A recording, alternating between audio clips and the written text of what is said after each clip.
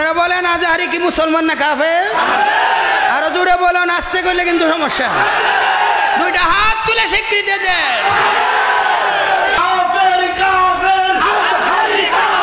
জামাত ইসলামের সাথে প্রতিযোগিতায় টিকতে বিএনপির নতুন উদ্যোগ, কিন্তু মজার বিষয় হচ্ছে কোনো কাজ হবে না। কেন কাজ হবে না, এটা একটা থিওরিটিক্যাল অ্যানালাইসিস আমি করবো। জামাতই জিতবে।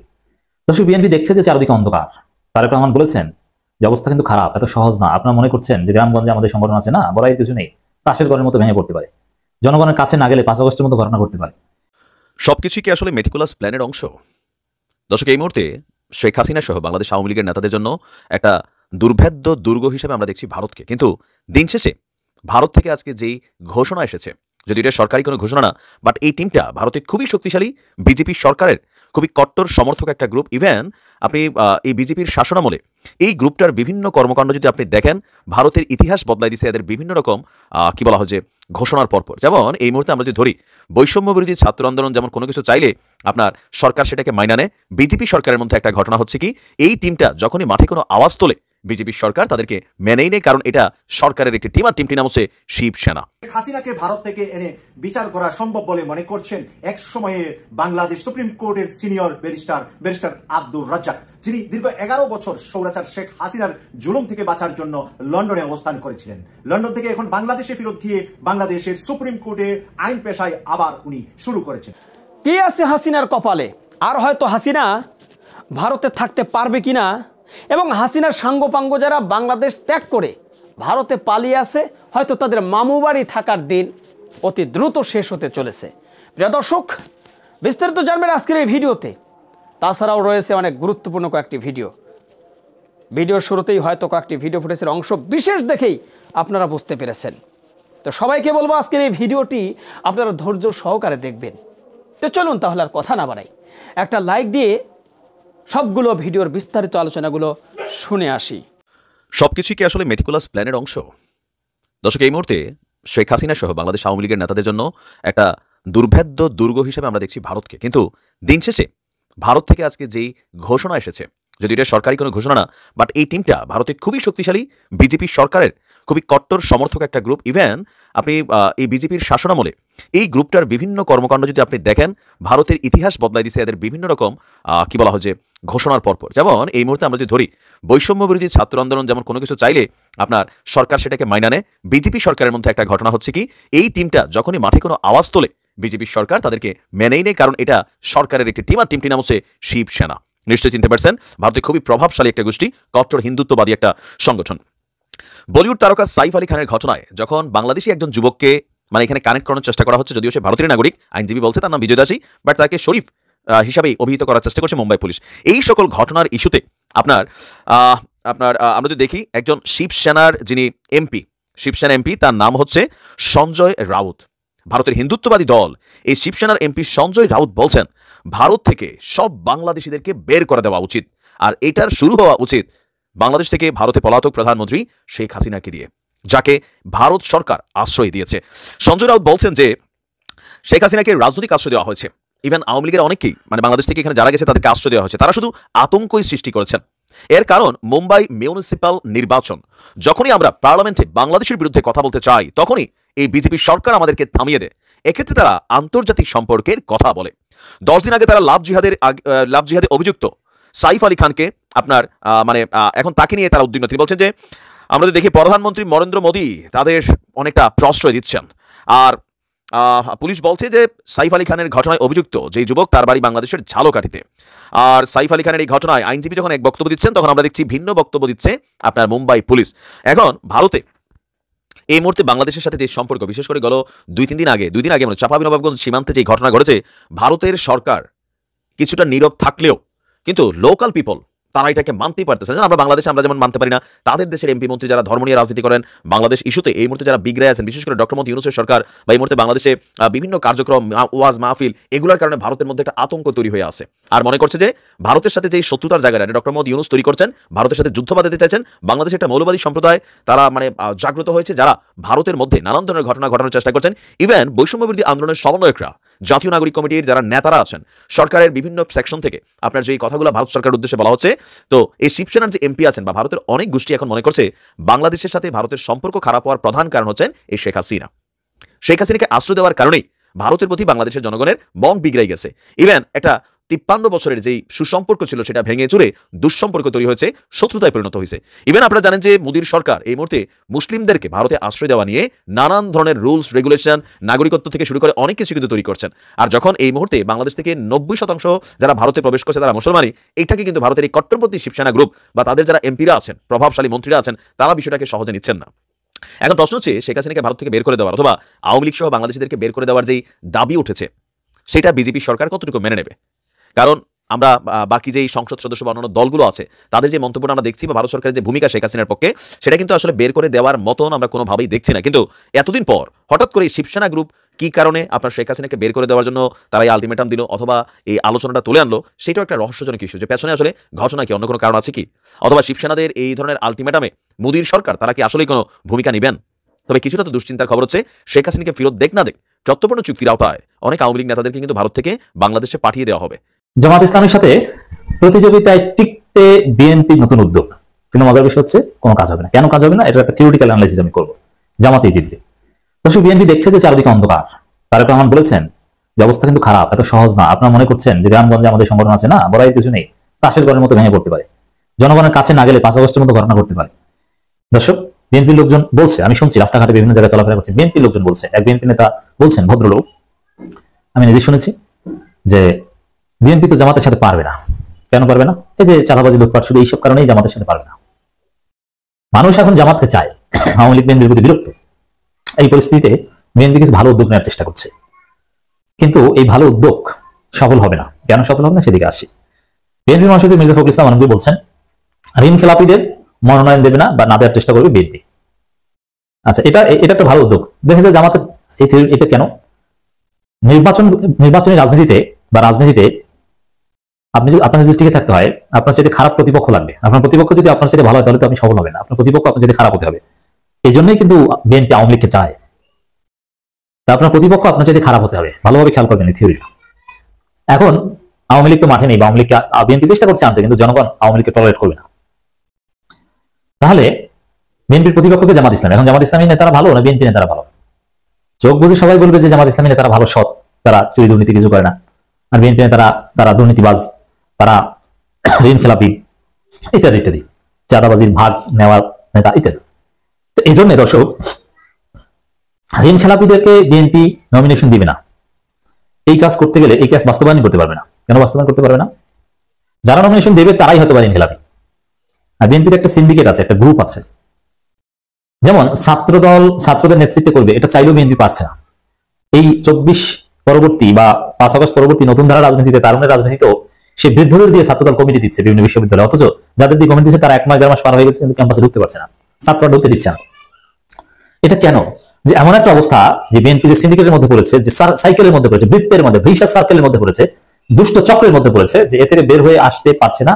আসলে অনিবার্য ধ্বংস বা রক্তক্ষয়ী সংঘর্ষ হবে, শত শত মানুষ মারা যাবে। এই জন্য ঋণ খেলাপিদের এমন ভিসার সার্কেলে বিএনপি পড়েছে, চাইলেও তারা ঋণ খেলাপিদের নমিনেশন দেবে, এটা করতে পারবে না।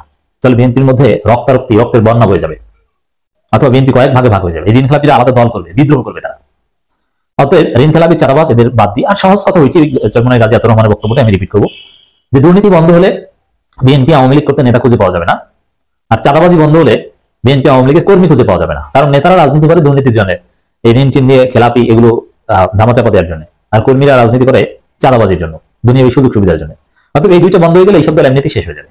ঠিক এটাই, যে ঋণ খেলাপিদেরকে বিএনপি ঠেকাতে পারবে না। হয় নমিনেশন দিতে হবে, নাহলে বিএনপি ভেঙে যাবে, বিদ্রোহ হবে, রক্তারক্তি ঘটবে, শত শত বিএনপি মারা যাবে। বুঝতে পারছেন? অতএব জামাত জিতবে। বিএনপির যেমন এই যে ছাত্র দলের অছাত্র কমিটি, জাহাঙ্গীরনগর জগন্নাথের, তাদেরকে পিটাতে শিবির দরকার হয় না, ছাত্র দলে পিটায়, ছাত্র দলে তাদেরকে মেরে তাড়িয়ে দেয়। ওরকম বিএনপিকে পিটাবে বিএনপি, জামাতের দরকার নেই। আর জামাত জনগণের কাছে জনগণের মন জয় করে জিতে যাবে। নির্বাচনের ঘোষণা তাড়াতাড়ি চান মির্জা ফখরুল। ত্রয়োদশ জাতীয় সংসদ নির্বাচনের ঘোষণা তাড়াতাড়ি হওয়া উচিত বলে মন্তব্য করেছেন বিএনপির মহাসচিব মির্জা ফখরুল ইসলাম। তিনি বলেন, নির্বাচনের মধ্য দিয়ে জনগণের কাছে যাওয়া সম্ভব, যাদের আকাঙ্ক্ষা পূরণ করা সম্ভব। আচ্ছা, নির্বাচনের আগে একটু জনগণের কাছে যান না, মধ্য দিয়ে যেতে হবে। কেন? তার আগে গেলে কি আপনাকে কেউ পিটায়? দর্শক, দ্রুত নির্বাচনের তারিখ ঘোষণা চান, যাতে ঋণ খেলাপিদের পরিচয় সামনে না আসে এবং এগুলো গোপন করে এই বর্তমান বিশৃঙ্খল পরিস্থিতিতে ভোট টাকিয়ে টুকিয়ে জিততে পারে। এই তো, এই কারণে দ্রুত চান, নইলে ধীরে সুস্থে সংস্কার পর্যায়ে দেন। আগামী জাতীয় সংসদ নির্বাচন ইনকিলাবিরা যাতে মনোনয়ন না পান সেটা নিশ্চিত করার চেষ্টা করা হবে বলে জানান মির্জা ফখরুল ইসলাম আলমগীর। মানে গ্যারান্টি দিতে পারছে না কোনো, যেমন জামাতকে যদি বলেন তারা 100% গ্যারান্টি দিবে কোনো ইনকিলাবি জামাতের নমিনেশন পাবে না, এটা মুহূর্তের মধ্যে আপনাকে লিখিত দিয়ে দিতে পারবে। কিন্তু মির্জা ফখরুল বলছেন যে ইনকিলাবিরা যাতে মনোনয়ন না পান সে চেষ্টা করা হবে, মানে গ্যারান্টি দিতে পারছে না। দুর্বলতাটা বুঝতে পারছেন, এর অর্থ হচ্ছে যে পারবে না, সম্ভব না। এই ইনকিলাবি দুর্নীতিবাজ এদের এই বিএনপি হয় না। তিনি বলেন রাতারাতি সবকিছু পরিবর্তন করা সম্ভব নয়, ইনকিলাবিদের রাতারাতি সরিয়ে দেওয়া সম্ভব নয়, তবে ইনকিলাবিরা যাতে মনোনয়ন না পান সে বিষয়ে আন্তরিকভাবে চেষ্টা করবেন তারা, গ্যারান্টি নয়। অতএব আপনার সিদ্ধান্ত নেন আপনারা কি ইনকিলাবিদের ভোট দিবেন, না যার কোনো ব্যক্তিগত উচ্চাবিলাস নেই, কলেজ বিশ্ববিদ্যালয়ের শিক্ষক জাস্ট, যার ব্যবসা বাণিজ্য দুর্নীতি এগুলোর কোনো প্রয়োজনই নেই, যার টিনের ঘর, তাকে ভোট দিবেন, কাকে ভোট দিবেন বলেন। অনুষ্ঠানে মির্জা ফখরুলের কাছে সেন্টার ফর পলিসি ডায়ালগের চেয়ারম্যান অধ্যাপক রেহমান সোবহান জানতে চান ইনকিলাবিরা নির্বাচনের আগ মুহূর্তে 5% পরিশোধ করে ভোটে অংশ নেন, বিএনপি এই বিষয়ে কি করবে। যারা মির্জা ফখরুল ইনকিলাবিরা যাতে ভোটে অংশ নিতে না পারেন সে বিষয়ে চেষ্টা চালান, তাহলে বিএনপির কেন্দ্রীয় নেতারাই নমিনেশন পায় না, কেন্দ্রীয় নেতাদের বেশিরভাগই ইনকিলাবি, খোঁজ নিয়ে দেখেন। আর যারা ইনকিলাবি ছিল না 5 আগস্টের পর রিন্টিন নেওয়া শুরু করেছে, ওই নির্বাচন আসতে খেলাপি হয়ে যাবে। 6 মাসের মধ্যে সব সমস্যার সমাধান করে ফেলা অসম্ভব, এই জন্য নির্বাচনের ঘোষণা তাড়াতাড়ি দরকার, মানে যাতে এগুলো ধামাচাপা হয়। বিএনপি নেতারা যারা 5 আগস্টের পরে ঋণ নিয়েছে ব্যাংক থেকে, ওইটা খেলাপি হওয়ার মেয়াদের আগে নির্বাচন দিয়ে দেন, এই তো হিসেব ধান্দাবাজি জনগণ বোঝে। এই জন্য নির্বাচনের ঘোষণা তাড়াতাড়ি দরকার, নির্বাচনের মধ্য দিয়ে জনগণের কাছে সম্ভব তাদের আকাঙ্ক্ষা পূরণ সম্ভব। বিগত 16 বছর দেশে সংসদীয় গণতন্ত্র চেষ্টা হয়নি, আবার চেষ্টাটা চালু করতে হবে কিন্তু সুষ্ঠু হতে হবে। 6 মাসের মধ্যে সব সমস্যার সমাধান সম্ভব নয়, মির্জা ফখরুল এমন বক্তব্য অন্তর্বর্তী সরকারের মেয়াদের দিকে ইঙ্গিত হিসেবে মনে করেন রেহমান সোবহান। তিনি মির্জা ফখরুল উদ্দেশ্য করেন 6 মাসের মধ্যে অন্তর্বর্তী সরকারের মেয়াদ শেষ করার দাবি তারা হলো কিনা। জবাবে বিএনপি মহাসচিব হাসতে হাসতে বলেন এটা আমাদের দলীয় কৌশল, স্ট্র্যাটেজি। তাদের দলীয় স্ট্র্যাটেজি কি এটা তো ব্যাখ্যা করেছে যে 6 মাসের মধ্যে যাতে সবাই খেলাপি হয়ে না পারে, দামাচাপা দেওয়া যায়, বিশৃঙ্খল পরিস্থিতি দামাচাপা দিয়ে ভোট কেটে ডাকাতি করে নেওয়া যায়, এই জন্য হচ্ছে 6 মাসের দাবি, আমরা বুঝি। অর্থ পাচারকারীদের আবার নির্বাচনে দাঁড়ানোর সম্ভাবনার বিষয়টি প্রশ্ন উঠেছে, জবাবে মির্জা ফখরুল বলেন এই সন্দেহ একেবারে অমূলক নয়, তারা যাতে নির্বাচনে প্রার্থী হতে না পারেন সেই চেষ্টা চালিয়ে যেতে হবে। দেখেন যুবদলের সভাপতি নিজেই 180 কোটি টাকা এসালাম গ্রুপ থেকে ঘুষ নিয়ে ইসলামী ব্যাংকে আগুন জ্বালিয়ে দেওয়ার কন্ট্রাক্ট নিয়ে 200 কোটি টাকা নিয়েছে, 180 কোটি টাকা পাচার করেছে, অর্থ পাচার করেছে। এখন তাকে কি নমিনেশন দেওয়া থেকে বঞ্চিত করতে পারবে বিএনপি? পারবে না। অতএব এই বিএনপি পারবে না। আগামী জাতীয় সংসদ নির্বাচনে আওয়ামী লীগের অংশগ্রহণ সম্ভাবনা সম্পর্কে প্রশ্ন জবাব মির্জা ফখরুল, আমরা বিষয়টি বহুবার বেশি বলেছি, এটা নিয়ে আলাদা আলোচনার দাবি রাখে। যাই হোক দর্শক, মূল কথা হচ্ছে এটাই যে বিএনপি জামাতের সাথে প্রতিযোগিতায় টিকতে নানান উদ্যোগ নিয়েছে, যে না ইনকিলাবিদেরকে নমিনেশন দেওয়া হবে না, চাঁদাবাজদের বিরুদ্ধে নানান পদক্ষেপ দেখাবে, কিন্তু দিন শেষে এটা কোনো সফল। শেখ হাসিনাকে ভারত থেকে এনে বিচার করা সম্ভব বলে মনে করছেন এক সময়ে বাংলাদেশ সুপ্রিম কোর্টের সিনিয়র ব্যারিস্টার আব্দুর রাজ্জাক, যিনি দীর্ঘ 11 বছর স্বৈরাচার শেখ হাসিনার জুলুম থেকে বাঁচার জন্য লন্ডনে অবস্থান করেছিলেন। লন্ডন থেকে এখন বাংলাদেশে ফেরত গিয়ে বাংলাদেশের সুপ্রিম কোর্টে আইন পেশায় আবার উনি শুরু করেছেন। উনি একজন আইনজীবী হিসাবেই বাংলাদেশের মানুষকে সহযোগিতা করতে চান, এইরকম একটি সাক্ষাৎকার দিয়েছেন উনি মানব জমিন পত্রিকায় আজকে। সেখানে উনি বলেছেন যে স্বৈরাচার শেখ হাসিনার অত্যাচার নির্যাতনের কারণে তাকে লন্ডনে 11 বছর মানে প্রবাসে অনিচ্ছা সত্ত্বে অবস্থান করা লাগছিল এবং তিনি বাংলাদেশে আসতে পারছেন না। তাকে বলা হয়েছিল 2 সপ্তাহের মাঝে যেন উনি বাংলাদেশ থেকে চলে যান, এবং উনি যখন লন্ডনে গিয়েছেন যাওয়ার মধ্য রাস্তা থাকতেই উনার নামে মামলা হয়েছে, তা নাকি উনি বোমা পাঠিয়েছেন ঢাকার রাজপথে। এই ধরনের একজন সিনিয়র ব্যারিস্টার কি করে রাজপথে বোমা ফাটা, আর সেই বোমার মামলায় ওনাকে আসামি করে ব্যারিস্টার আব্দুর রাজ্জাককে যখন গ্রেফতারের জন্য সরকার রেডি হয়েছেন, তখনই কূটনৈতিক সূত্রে ওনাকে বলা হয়েছে আপনি দেশ থেকে চলে যান, আপনাকে যে কোনো সময় আওয়ামী লীগ গ্রেফতার করে এরপরে একে একে বিভিন্ন মামলায়, বিভিন্ন হত্যা মামলা জড়িয়ে আপনাকে ফাঁসির মঞ্চে নেওয়ার জন্য আওয়ামী লীগ এখন পরিকল্পনা হাতে নিয়েছে। এই কথা যখন কূটনৈতিকভাবে উনি জানতে পারেন, তখনই উনি লন্ডনে চলে যাওয়ার সিদ্ধান্ত নেন। কেটিভি 24 এর আজকে প্রিয় দর্শকদেরকে আমার প্রশ্ন, ব্যারিস্টার আব্দুর রাজ্জাকের মতন একজন সিনিয়র ব্যারিস্টার, যিনি বাংলাদেশের সিনিয়র অনেক রাজনৈতিক ব্যক্তিদের মামলা পরিচালনা করেছেন, এর মধ্যে উল্লেখযোগ্য জামাত নেতাদের উনি আইনজীবী হিসাবে বাংলাদেশে আন্তর্জাতিক অপরাধ ট্রাইব্যুনালে উনি কাজ করেছিলেন। এখন উনি বলছেন এই অপরাধ ট্রাইব্যুনালের আইন পরিবর্তন করা লাগবে না, ভারতের সাথে যেই আইন, যেই চুক্তি, যেই সম্পর্ক বাংলাদেশের আছে, সম্পর্ক ফাটল ধরতে পারে কিন্তু আইন তো ফাটল ধরার সুযোগ নাই। তাই ভারত থেকে বাংলাদেশের এই ধরনের কোনো পলাতক ব্যক্তি ভারতে থাকলে বাংলাদেশ আনতে পারে, আনাটা বাংলাদেশের অধিকার আছে, রাইট আছে।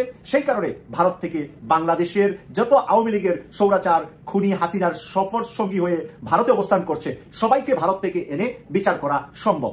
এরপরে যদি ভারত সরকার না দেয় তাহলে কি করা যাবে? তাহলে আন্তর্জাতিক অপরাধ ট্রাইব্যুনালে বাংলাদেশ যেতে পারবে। সে কারণে বাংলাদেশের ইউনূস সরকারের প্রশাসনে যারা আছে, আইনঙ্গনে যারা আছে, তাদেরকে উনি সহযোগিতা করার আশ্বস্ত করেছেন। উনি বলেছেন যে প্রয়োজনে উনি যে কোনো বিষয়ে সহযোগিতা করবে। পাশাপাশি উনি বলেছেন যেই জামাত নেতাদেরকে মিথ্যা মামলায় ফাঁসি দেওয়া হয়েছে, এই মামলাগুলো মিথ্যা ছিল এবং তাদের পরিবার আবার রিভিউ করে এই মামলায় যারা বিচারক ছিলেন, যারা প্রসিকিউটর ছিলেন, যারা এই মিথ্যা মামলাগুলো বানিয়েছেন, তাদেরকেও বিচার করা সম্ভব। তাই সেই বিচার শুরু হবে কিনা জানতে চাইলে তিনি বললেন, হ্যাঁ, এটার প্রক্রিয়া শুরু হয়েছে। জামাত নেতাদের পরিবারের পক্ষ থেকে আন্তর্জাতিক অপরাধ ট্রাইব্যুনালে মামলাগুলা করা হচ্ছে এবং সেই মামলাগুলার মাধ্যমে শেখ হাসিনা সহ যারা জামাত নেতাদেরকে এবং বিএনপি নেতা সালাউদ্দিন কাদের চৌধুরীকে ফাঁসি দিয়েছে, তাদের বিচার কিছুদিনের ভিতরেই বাংলাদেশে শুরু হবে বলে উনি জানিয়েছেন। বলেছিলাম গ্র্যাজুয়ালি আমাদের সংবিধান সংস্কার কমিশনের যে প্রস্তাবনা তারা দিয়েছেন সেটা নিয়ে আলোচনা করব। যতগুলো প্রস্তাব দিয়েছেন মোটামুটি সবকিছু নিয়ে।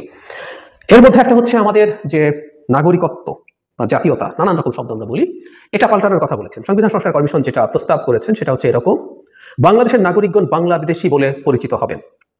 সংবিধানের আগে কি ছিল?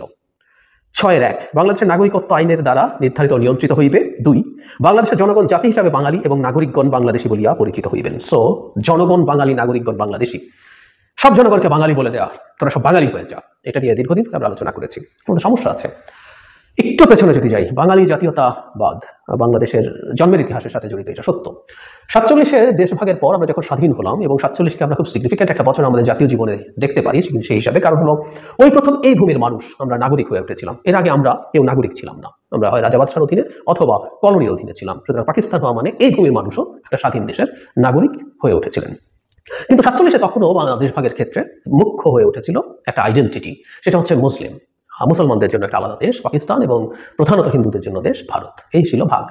সো আইডেন্টিটি যেটা হয়, যখন আমরা আইডেন্টিটি নিয়ে আনি, identity is never ending process. কোনো না কোনো রকম আইডেন্টিটি আসলে যুক্ত ক্রমাগত হতেই থাকে, মানুষ বের করে নিয়ে আসতে থাকে। 52-তে আমরা দেখলাম আমাদের ভাষা আন্দোলন যখন হলো, তখন মুসলমান একটা আমাদের আইডেন্টিটি আছে, তখন আরেকটা আইডেন্টিটি আমাদের মাথা চাড়া দিল যে আমরা মুসলমান, কিন্তু আমরা তো বাঙালিও। আমি সংখ্যাগরিষ্ঠের কথা বলছি, রাজনীতি আসলে সংখ্যাগরিষ্ঠকে নিয়েই হয়। আমরা চাই বানাচ্ছি, বিশেষ করে আইডেন্টিটি পলিটিক্স। তার হিসাবটা খুব সোজা, মেজরিটিকে যদি আমি আমার সাথে নিয়ে ফেলতে পারি, মাইনরিটি আমার কাছে ম্যাটার করে না, কারণ সে ভোট না দিলেও আমার কিছু আসে যায় না।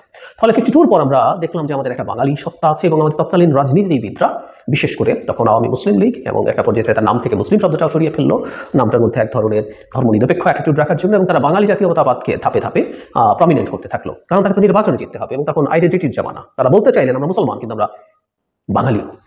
যদিও সেটার মধ্যে আবার কোন আইডেন্টিটি আগে কোন আইডেন্টিটি পরে যাবে সেটা নিয়ে ডিবেট ছিল। আমরা মুসলমান বাঙালি না বাঙালি মুসলমান, এই ডিবেট ছিল এবং পারহ্যাপস এই ডিবেটটা এখনো চলছে। এবং পরবর্তীতে আমরা যখন স্বাধীনতার সময়টা আসে, তখন খেয়াল করবো যে আমাদের বাঙালি জাতীয়তাবাদকে উস্কে দিয়ে আমাদেরকে এই পৃথক একটা ভূমি, পৃথক একটা রাষ্ট্র আমাদের লাগবে, এই আলাপ শুরু হয়েছে। যদিও পৃথক রাষ্ট্রর কথা আরও আগে আসলে যেটা ছিল সেটা হচ্ছে আমরা বাঙালিদের জন্য অন্তত যাতে তার অধিকারগুলো নিশ্চিত করতে পারি। পরে এটা যুদ্ধে গড়ালো, সেটা প্রেক্ষাপট আমরা জানি। কিন্তু ওই সময় আমরা খেয়াল করবো স্লোগান ছিল যুদ্ধের সময়ও, বীর বাঙালি অস্ত্র ধরো, বাংলাদেশ স্বাধীন করো, তুমি কে আমি কে, বাঙালি বাঙালি, এই স্লোগানগুলো আসতো। ধর্ম নিয়ে বলা হচ্ছিল বাংলার বুদ্ধ, বাংলার মুসলিম, বাংলার খ্রিস্টান, আমরা সবাই বাঙালি, গান হয়েছে, মানে বাঙালি আইডেন্টিটি নিয়ে আসা। এখন কথা হচ্ছে আইডেন্টিটিকে নিয়ে আসা কেন হয়? উত্তর হচ্ছে আইডেন্টিটি দিয়ে মানুষকে নিয়ন্ত্রণ করা, অর্গানাইজ করা is very easy, very easy. It's a story. আমরা যখন একটা আইডেন্টিটির অংশ হই, ওটাই যদি বিশ্বাস করি, আমরা কেউ চিনি না চিনি, আমরা একসাথে খুব একত্র হয়েছে। সো আইডেন্টিটিকে একত্র করে মানুষকে সংগঠিত করা, তাকে দিয়ে কোনো কিছু করানো, তাকে দিয়ে ইভেন একটা যুদ্ধ করিয়ে দেওয়া অনেক সহজ একটা কাজ হয়। সেই কারণে আইডেন্টিটিকে সামনে আনা হয়েছিল এবং সেটা শর্ট টার্মে খুব ভালো কাজ করে। কিন্তু আইডেন্টিটির একটা অন্তর্গত সমস্যা আছে। আমরা যখন কোনো একটা আইডেন্টিটিকে প্রধান করে তুলি, আমরা অন্যদেরকে আদার করে ফেলি, সংখ্যা সেটা যত কমই হোক না কেন। যখন আমরা মুসলিম আইডেন্টিটিকে সামনে আনি, তখন অনিবার্যভাবে অন্য যে ধর্ম আছে সেই মানুষকে আমরা যতই তার প্রতি ইউফেমিস্টিক কথা বলি না কেন, আমরা তাদেরকে এক ধরনের নাকচ করার মতো প্রচেষ্টা আমাদের জায়গা থাকে। ঠিক একইভাবে আমরা যখন বাঙালি বলি, আমাদের এই ভূমিতে যদি আমরা মুসলিম বলি, তাহলে যে সংখ্যার মানুষকে আমরা এক্সক্লুড করি, বাঙালি বললে তার চেয়ে আরও কম সংখ্যার মানুষকে এক্সক্লুড করি। কিন্তু সংখ্যা তো একটা আছেই, আমাদের 49টা বিভিন্ন ভিন্ন জাতিসত্তার মানুষ আছেন, আমাদের উর্দুভাষী মানুষ আছেন, percentage is not that high in total, কিন্তু আমরা এক্সক্লুড করছি। সুতরাং এই হচ্ছে প্রবলেমের জায়গা। একটা আধুনিক রাষ্ট্রে কোনো একজন নাগরিককে বাদ দিয়ে, মানে আমরা কি স্টুপিডের মতো লিখেছি যে আমাদের জনগণ বাঙালি বলিয়া পরিচিত হইবেন। কিভাবে? আমাদের একজন চাকমা, মারমা, আমাদের একজন সাঁওতাল, গারো বা আমাদের একজন উর্দুভাষী মানুষ কিভাবে বাঙালি হলেন? কেন উনি বাঙালি হবেন? কিভাবে উনি কেন বাঙালি হবেন? কিন্তু আমরা এই কথাগুলো গায়ের জোরে চাপিয়ে দেওয়ার চেষ্টা করেছিলাম। আর একটা কথা মনে রাখা দরকার, যতভাবেই সম্ভব আইডেন্টিটিটাকে একটা স্টেটের আলোচনা থেকে সরিয়ে রাখা। আইডেন্টিটি একটা ইডিওলজিক্যাল আলোচনা, এটা যখন আসে তখন শর্ট টার্মে সুবিধা পাওয়া যায়, বারবার বলছি। কিন্তু সমস্যা হচ্ছে একটা আইডেন্টিটি একটা জায়গায় গিয়ে শেষ হয় না। Identity is a never ending process, কোনো না কোনোভাবে আসা যাবে। আমরা রুয়ান্ডার গণহত্যার কথা যদি বলি, রুয়ান্ডা গণহত্যায় দুটো গোষ্ঠী, রুয়ান্ডায় বসবাস করা দুটো গোষ্ঠী পরস্পরের বিরুদ্ধে লেগে গেল এবং সবচেয়ে কম সময়ে সবচেয়ে বেশি হত্যাকাণ্ড পৃথিবীর ইতিহাসে এই একটা গণহত্যায় হয়েছিল। 3 মাসের মধ্যে 8 থেকে 10 লাখ মানুষ, হুটু এবং টুটসিরা পরস্পরকে হত্যা করেছিল। মজার ব্যাপার হচ্ছে উভয়ই ব্ল্যাক, হুটু টুটসির কেউই মানে হোয়াইট ব্ল্যাক না, দুজনই ব্ল্যাক, দুজনেই একই ধর্ম ক্রিশ্চিয়ানিটি, কিন্তু তাদের মধ্যে কিন্তু এথনিক ডিফারেন্স ছিল। তাদের ফিজিওলজিক্যালি সেটা বোঝা যেত। হুটুরা একটু লম্বা, তাদের নাক একটু খাড়া, টুটসিরা একটু লম্বা, তাদের নাক একটু খাড়া, এবং হুটুরা একটু শর্ট এবং বেটে। সংখ্যায় টুটসিরা কম, কিন্তু তাদের হাতে পাওয়ার অনেক বেশি ছিল এবং সেটা তারা বিউজড হয়েছে, ডিপ্রাইভড হয়েছে বলে হুটুরা অভিযোগ করে এবং একটা পর্যায়ে একটা ম্যাসাকার ঘটে যায়।